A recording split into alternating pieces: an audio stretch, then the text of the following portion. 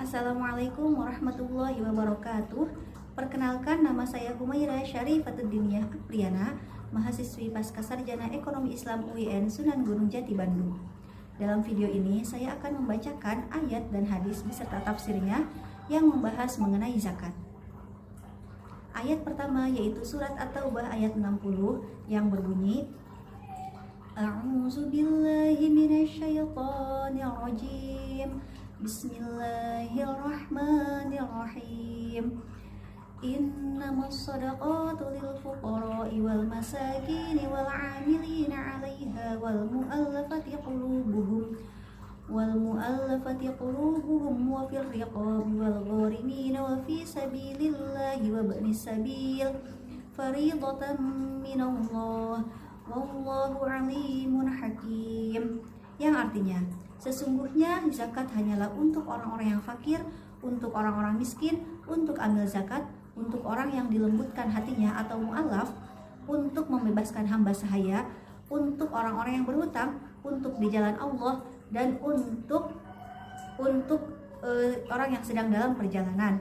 Sebagai kewajiban dari Allah, Allah Maha mengetahui lagi Maha bijaksana. Shadaqallahul azim. Selanjutnya, tafsir yang membahas tentang At-Taubah ayat 60 ini salah satunya adalah tafsir Ibnu Katsir. Dalam tafsir Ibnu Katsir dijelaskan bahwasanya fakir itu adalah orang yang tidak memiliki apapun untuk memenuhi kebutuhannya dan tidak berdaya untuk bekerja dan juga tidak meminta-minta. Sedangkan miskin dalam tafsir Ibnu Katsir itu diartikan sebagai orang yang tidak memiliki apapun untuk kebutuhannya dan tidak berdaya untuk bekerja tetapi mau meminta-minta. Selanjutnya, amil dalam tafsir Ibnu Katsir itu dijelaskan sebagai seseorang yang mengelola pengumpulan dan pembagian zakat. Selanjutnya, mu'alaf itu diartikan dalam 3 hal menurut tafsir Ibnu Katsir. Yang pertama itu adalah orang yang dilembutkan hatinya untuk masuk Islam. Kemudian yang kedua, orang yang dilembutkan hatinya untuk meningkatkan kualitas keimanan. Dan yang ketiga adalah orang yang menjaga wilayah kaum muslimin dari bahaya. Selanjutnya, Rikob dalam tafsir Ibnu Katsir itu dijelaskan sebagai hamba sahaya yang melakukan perjanjian bebas. Selanjutnya, ghorimin diartikan sebagai hutang yang jika dibayar itu akan menguras habis harta kekayaannya.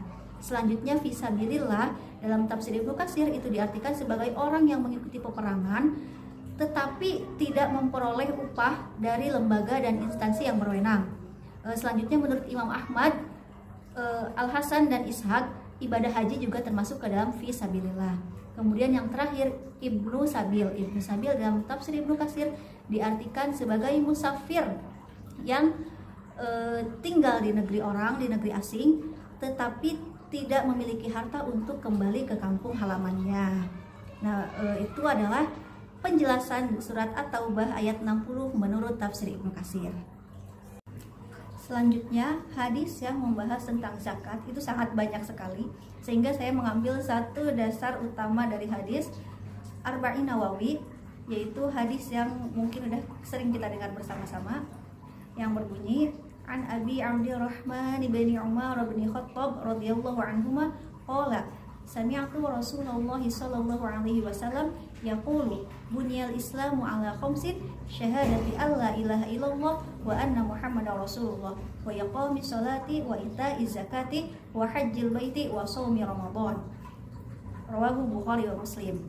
Yang artinya, Abu Abdurrahman Abdullah bin Umar bin Khattab radhiyallahu anhuma berkata, aku pernah mendengar Rasulullah sallallahu alaihi wasallam bersabda, Islam dibangun atas 5 dasar.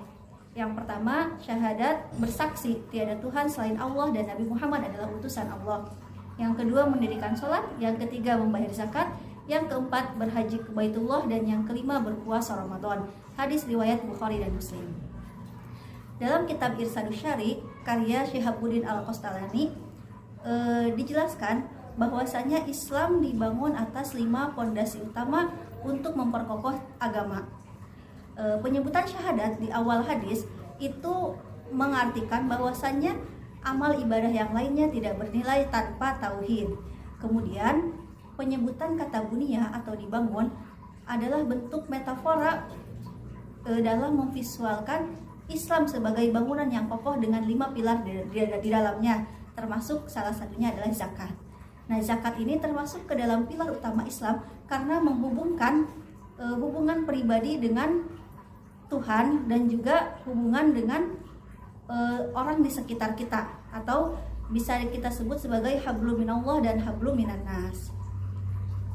Mungkin itu saja video penjelasan mengenai ayat dan hadis mengenai zakat yang saya sampaikan. Kurang lebihnya mohon dimaafkan.